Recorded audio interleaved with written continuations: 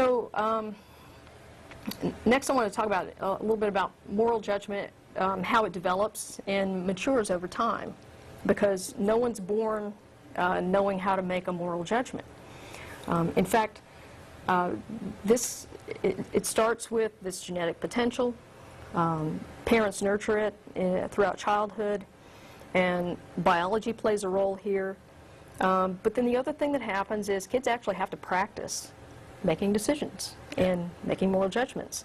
It's a thought process, and when you're talking about earlier on with the genetics and the potential, what we're talking about is the potential for reasoning abilities and judgment issues, empathy, those types of things. I mean, certainly you could be genetically predisposed to not be particularly empathic or caring. Right.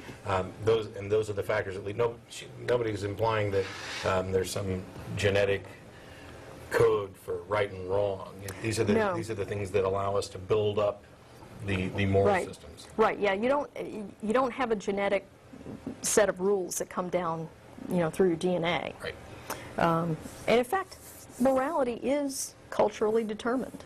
That's one thing that I think some of the theists don't seem to get. It is culturally determined. And it changes. Yes, it does. And that's okay. But there are a couple of child psychologists I wanted to bring up here that studied moral development that I think made a fairly significant contribution to our understanding of it. And this is by no means the final word, so if anybody out there is a psychologist and they want to critique me on this, I will accept constructive criticism, but I am not claiming that either of these are the final word.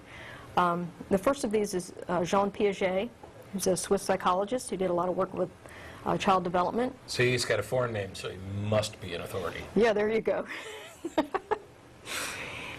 But anyway, Piaget developed a two-stage model of moral development.